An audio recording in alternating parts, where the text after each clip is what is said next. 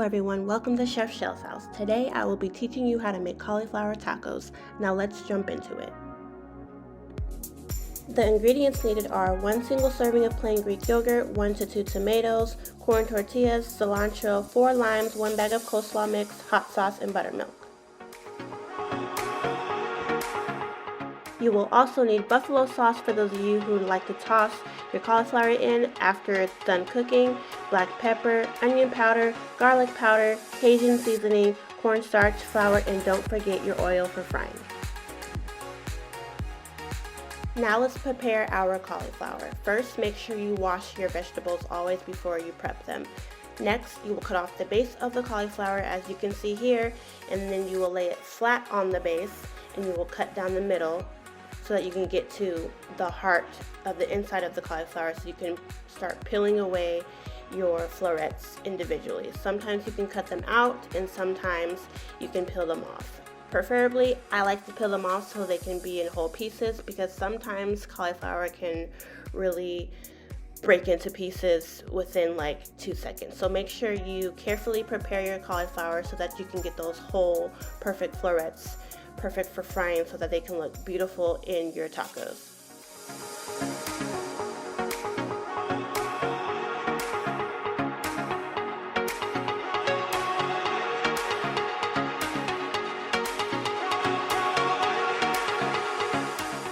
Next, we will prepare the marinade, which is simple buttermilk and about 1 tablespoon, sometimes 2, of hot sauce. So you will pour about maybe 2 cups of buttermilk into the bowl. Make sure it's spread evenly over the cauliflower, and you'll go ahead and pour in your 2 tablespoons of hot sauce and mix it up very well and set aside for about 30 minutes.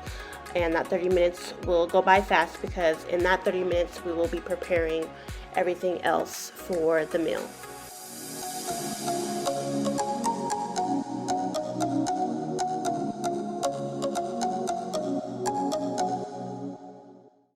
Okay, now that we've prepared our cauliflower marinade and set the cauliflower aside, let's prepare our flour. You will need 2 cups of flour. Please disregard that last 1/3 cup. I was just topping off the flour of the 2 cups that I already had because one of the cups wasn't fully full. Next, after I add the flour, I add 2 tablespoons of cornstarch. It just helps with the crispiness of the batter. Sometimes I use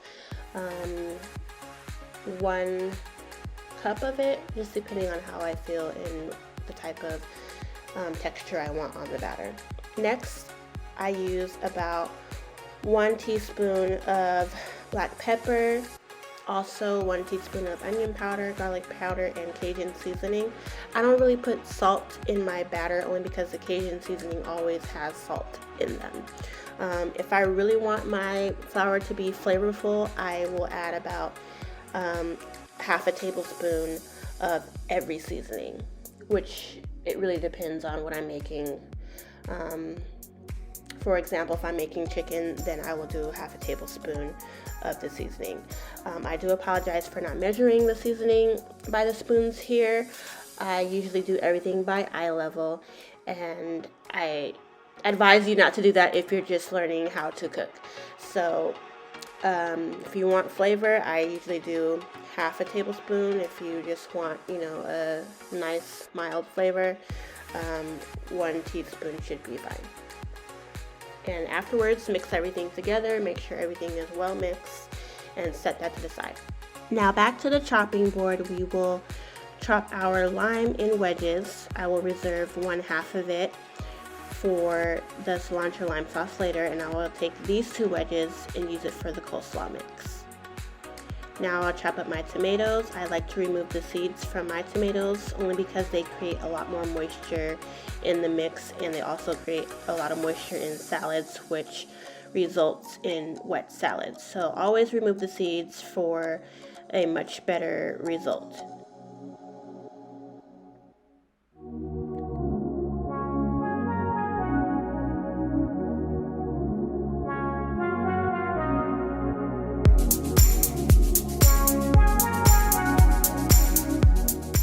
Now we're going to prepare the cilantro. So the thing about the cilantro is that if you do not have a high-speed blender or a food processor and you are going to use a single serve blender, you really need to finely chop the cilantro, and it will take a couple minutes. So prepare your dominant chopping hand to really finely chop this cilantro. Sometimes the single serve blender doesn't do the best job, but we will do our job to get the cilantro chopped as fine as we can so that it can blend properly to make the cilantro lime cream sauce.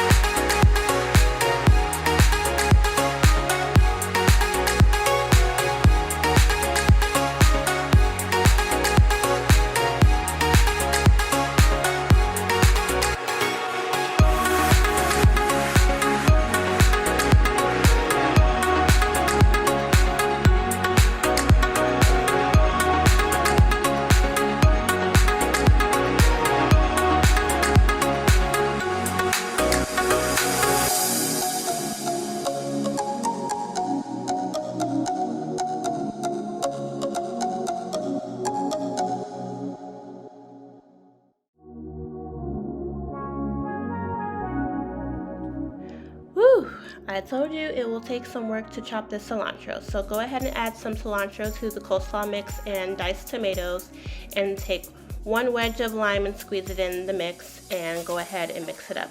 Make sure you have a small ramekin or another small mixing bowl to reserve the rest of the cilantro so that we can make our cilantro cream sauce that's coming up right now.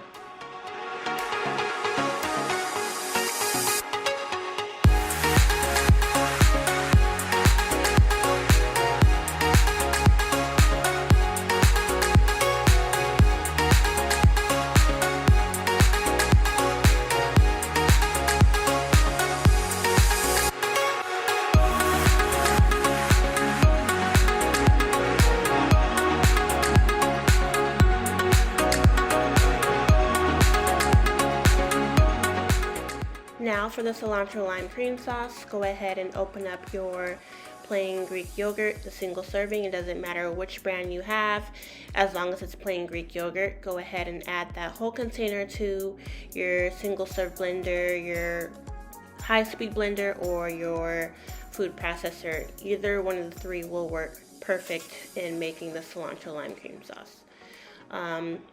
Those other limes that we did not use, you will need to cut those up in wedges because we will be using those right now. You will squeeze about 4 wedges into the blender. Make sure you get all the juice you can out of them because we will need that to make sure the sauce is a nice texture for us to squeeze out of a bottle or pour over the tacos.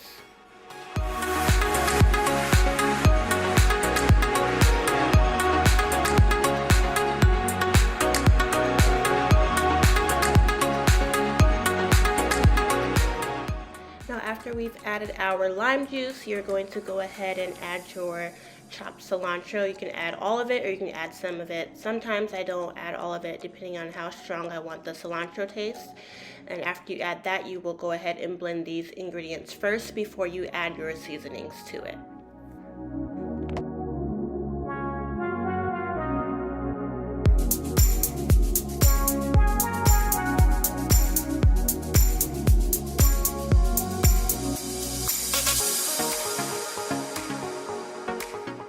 Now you want to check the consistency of the sauce. If it's not thick enough, you can add extra Greek yogurt or sour cream. If it's too thick, you can add a little bit of olive oil or some lime juice. So now we'll add our seasonings. I usually just sprinkle a little bit of garlic powder, paprika, black pepper, and sea salt. You are more than welcome to use any other seasonings in your pantry.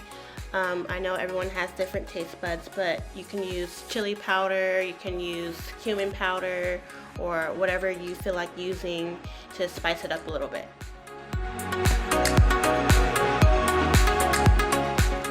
Now you want to go ahead and blend everything together and make sure that you do taste test your sauce before you add any other seasonings to it. Some people just go with the flow, but go ahead and taste your sauce to make sure it's good, and we all good right here.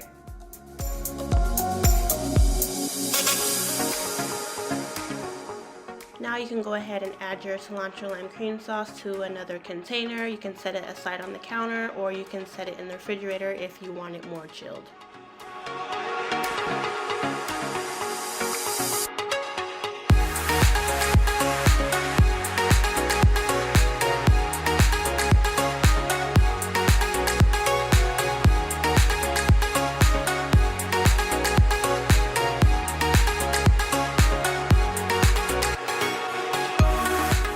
Okay guys, we finally made it to the home stretch to where we can start frying our cauliflower.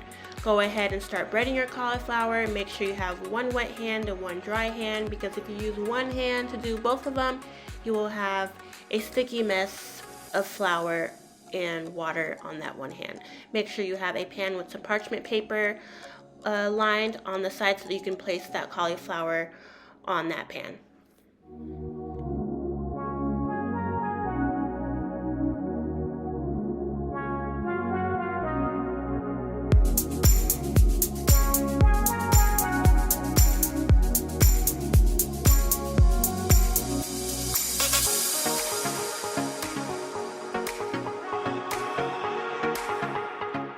I hope you have your fryer ready and oil is hot and ready to go. Go ahead and drop those bad boys into the fryer. A quick frying tip: when they float to the top and are golden brown, they are ready to be taken out.